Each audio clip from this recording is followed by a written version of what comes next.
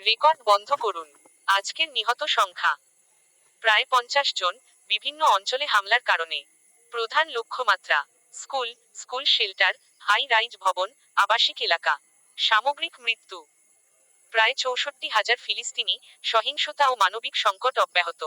নৈতিক ও মানবিক সমালোচনা। রয়টার্স। জাতিসংঘ আলোকপাত করেছে যে ক্ষুধা ও খাদ্য সংকট দুর্বল জনসংখ্যার জন্য সংকটজনক পর্যায়ে পৌঁছিয়েছে, বিশেষ করে দেইর আল বালাহ ও খান ইউনিসে পরিস্থিতি তীব্র সংকটে। আন্তর্জাতিক সামাজিক ও রাজনৈতিক চাপ বাড়ছে।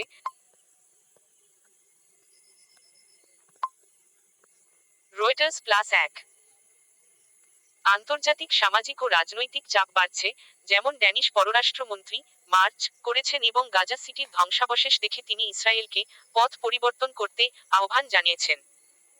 আমার পক্ষ থেকে সবশেষ খবরগুলো প্রদান করা গেল।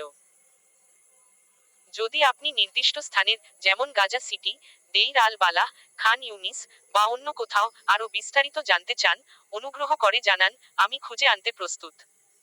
নিচে স্ক্রোল করুন।